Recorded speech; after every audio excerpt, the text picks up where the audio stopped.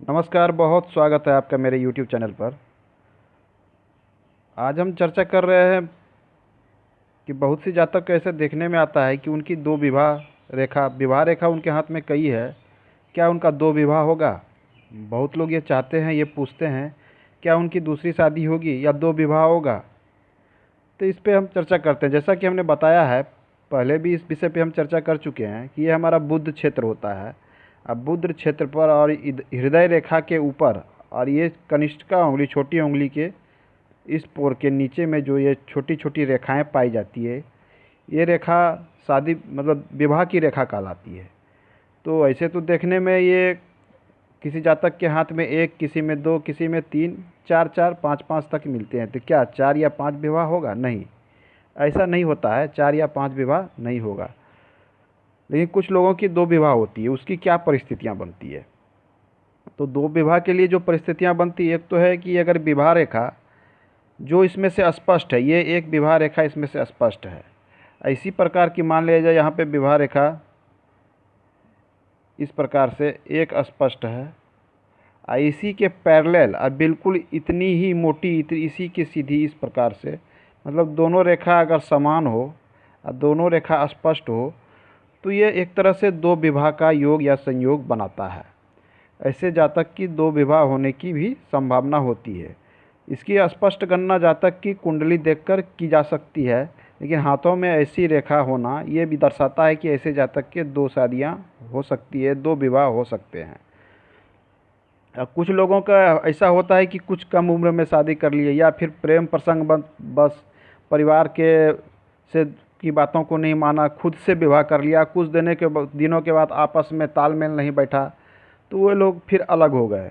या फिर किसी कारण से जल्दी शादी हो गई, घर के ही परिवार के मतलब कहने पर जल्दी शादी हो गई और आपस में तालमेल नहीं बैठा, लोग आपस में झगड़े करने लगे या और नहीं किसी बात से उनका अलग हो जाते हैं, या फिर उनका डाइवोर्स हो जाता है, विवाह विच्छेद हो जाता है। तो वैसी परिस्थिति क्या दर्शाती है? वैसी परिस्थितियाँ दर्शाती है अगर किसी जातक का हाथ में ये छोटी छोटी रेखाएं हैं। ये पहली जो छोटी रेखा है ये करीब करीब 22 से 23 वर्ष की उम्र दिखला रही है। तो ये दिखलाती है कि ये रेखा काफ़ी कमज़ोर है और पतली भी है।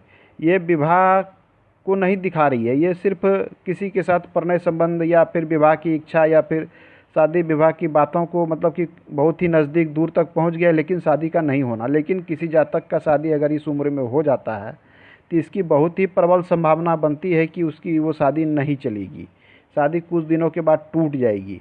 तो शादी नहीं चलना, टूटना बहुत सारी बातों पर निर्भर करता है। जैसे मान लीजिए हमारी ये यहाँ से विवाह रेखा इस प्रकार निकलती है, तो विवाह रेखा पे अगर इस प्रकार से द्वीप बनता हो तो ये दर्शाता है कि जातक का विवाह जो है टूट सकता है। विवाह रेखा इस प्रकार से टूट गया हो, ये दिखलाता है कि उसका विवाह जिसके भी साथ हुआ वो बीच में छूट सकता है, मतलब टूट सकता है।